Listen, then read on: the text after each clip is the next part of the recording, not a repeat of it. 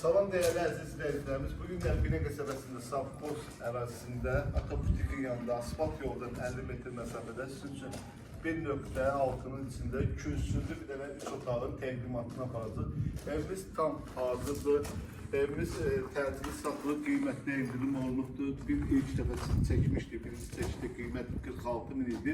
Bugün üçün də 44.500'ə inşallah gəldiğinizdə yine real alıcı ilə də danışıb razılaşma olar. Değerli izləyicilərimiz, evimiz kürsülü cütdaşla tikilibdir.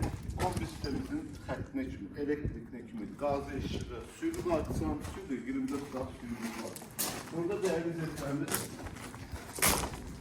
fazlalımızdır. Yani her otağa da kodu var. İnşallah iyisiniz göstererek. Her otağa da kodu var. Keçirin evin içerisine. Həyatında 2 maşın rahat daxil olunur. Gəl değerli sözlərimiz. Evimiz koridor proyektli evdir. Girişdə sol tərəfdə ilk olarak hamılarla olarak mətbəxlə sizi tanış edəcəm. Mətbəximiz qəşəng genişdir. Mətbəx mebelimizi burada qəşəng yerləşdirəndən sonra oturmaq üçün ərazimiz çox mövcuddur qəşəng. Burada da bizim qonaq otağımızdır, değerli izləyicilərimiz. Qəşəng qonaq otağıdır. Burada şəbəkə yəni televizyon altları üçündür. Kabel, devrazlıqası da hər bir şeyimiz lazımdır. Qoyulubdur. İşte keyfiyyətinə görülür. Burada değerli otağıdır. Geniş. Değerli izləyicilərimiz, evimiz işıqlıdır. Gördüğünüz gibi beşik ışıklı evdir.